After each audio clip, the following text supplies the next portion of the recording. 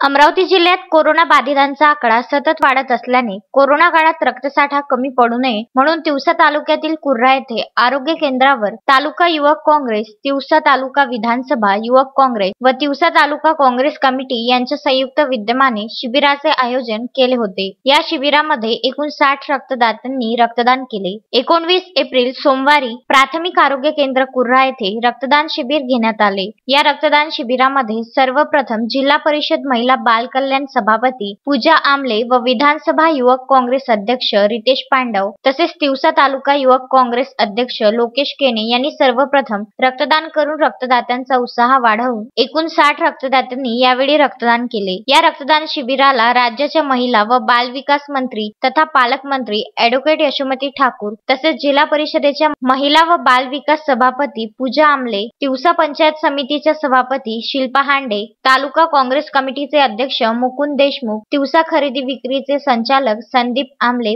पंचायत समिती सदस्य सत्तारभाई, विधानसभा युवक काँग्रेस अध्यक्ष रितेश पांडव, तालुका उपाध्यक्ष सुरेश चव्हाण, मंगेश भगोले यांच्यासह अनेक कार्यकर्ते उपस्थित होते।